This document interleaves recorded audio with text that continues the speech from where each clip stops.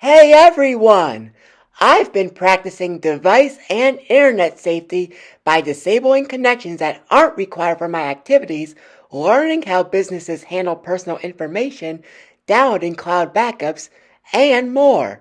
It's amazing how I went from using technology as a toy long ago to using it responsibly as a tool to store real-world data. I remember having real-world anxiety over small problems, and I finally figured out its source: the internet. I love Zebra Gamer's positive energy, but there was too much negative energy from channels using bad language and commenters. During real-life activities, I was confused as to why my friends would stay positive when I didn't know how things would work out. Now I realize this was because I use the internet too much, where people don't know what they're doing. I've heard of websites using tracking devices while I browse, and it can be embarrassing if I do random stuff on them. So I'm gonna be careful with what I do online, and I'll disable connections when I'm not using them.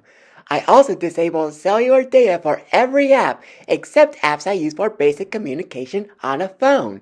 Sometimes I don't know how I feel about having my precious data off my device and handled by big companies like Apple and Google, so I've offloaded them from the cloud and put them on a new flash drive.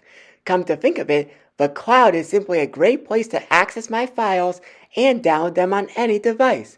I don't have to keep them online forever.